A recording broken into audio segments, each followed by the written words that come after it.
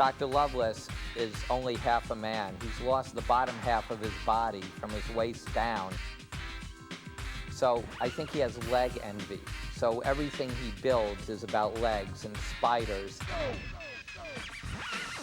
The reason I wanted to do this movie, besides I love working with Barry and Will, is the opportunity to design the whole repertoire of devices and sets for the villain, in this case, Dr. Lovelace.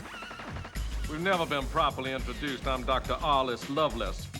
A brilliant military mind, fantastic sort of scientific ability, and so all the anger about having lost his legs in an unfortunate scientific accident some years before is now put into somehow revenging himself both on the Southern Army, of which he was a star, and on the rest of the United States. So he is one of those classic villains who truly wishes to take over the world. The United Divided!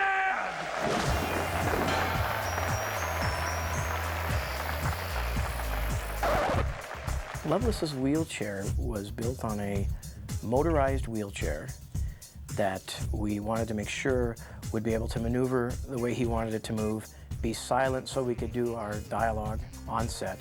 We had his legs tied back and bent back, and just, you know, for every shot we'd put him in a different position, and he was really pretty good about it.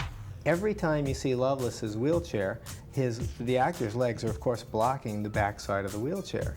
And this means not only do we have to digitally go in there and frame by frame paint out his legs, we had to make a computer-generated wheelchair so that we could take the wheel or whatever part his legs were blocking and animate it and put it in the shot so that what was left after his legs were taken out was in fact the missing part of the chair.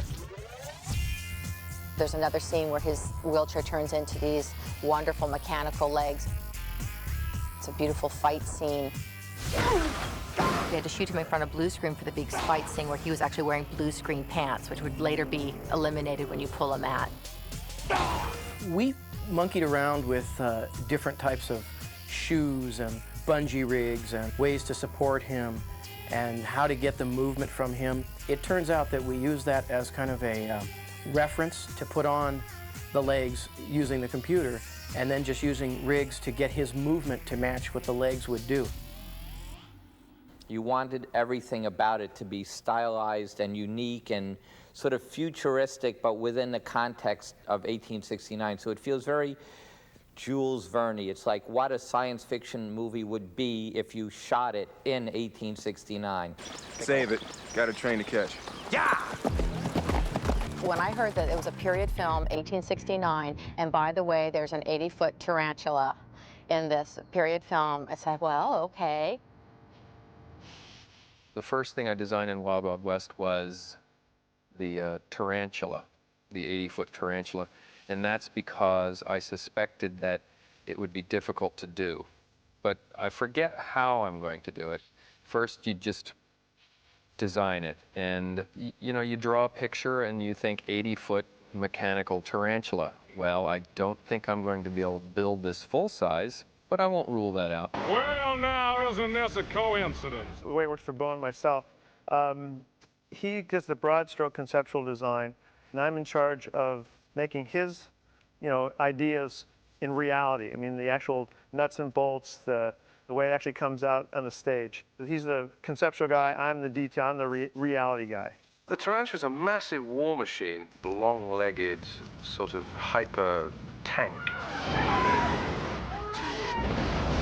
Our first glimpse of a tarantula in the film is its initial reveal as it comes climbing up out of Spider Canyon. And the way we achieved that sequence, it's entirely a synthetic sequence. The actors were on a soundstage in front of a blue screen, and the background behind them in all directions is a digital matte painting. We built we called the heavy head and the light head.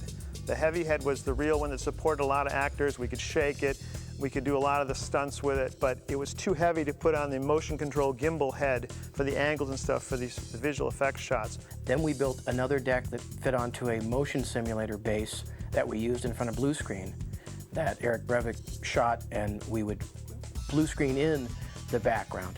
We could only have like a couple of actors on it. We couldn't put a camera on it, but it would get on top of the gimbal head and we could move it and it would jerk around a lot, and you could do all the moves that basically that ILM needed. When you have an 80-foot tarantula, you have to do explosions and fire in scale with something that would be shooting giant streams of fire or fireballs at buildings. So we had this plan to go to Silverado and blow up their buildings. And we did. But I urge you to reconsider it in light of the following. Our 4-day explosion shoot turned into a one big explosion shoot when we burnt the town down. Still trying to figure that one out. When you've got 20 some odd people and a bunch of horses in the street, and now you're using explosives to cut those buildings and give us the desired visual effect, keeping everybody safe, keeping the livestock safe, becomes a challenge. I'm almost to Albuquerque, and my phone rings, and the construction coordinator is on the phone. The town's burning down. The town's burning down. I go, I thought, you know, they always play a lot of tricks, and you say, you know, get out of here. No, he says, I swear, the town's burning down. We had just set off some explosions for second unit plates, and a gust of wind caught the fire and basically burned Silverado to the ground. So I look out the side window of my car. 23 miles away, I can see a plume of smoke coming off the desert floor, and you go, wow, it's really happening. We needed to find a way to get the coverage for the other 3 days that we were not going to be able to get. We're standing there amongst ashes and rubble. Now what do we do? So I immediately had to go into plan B. We did some miniature shooting, which we did quarter-scale miniatures and shot them at a different state and motion tracked them into the set, as well as created some 3D elements that also needed to be, so basically 3D geometry and a quarter-scale city set needed to be done in order to get the angles necessary to complete that scene. It was a huge undertaking. That's what we're known for throughout the world, the gang that burned down Silverado.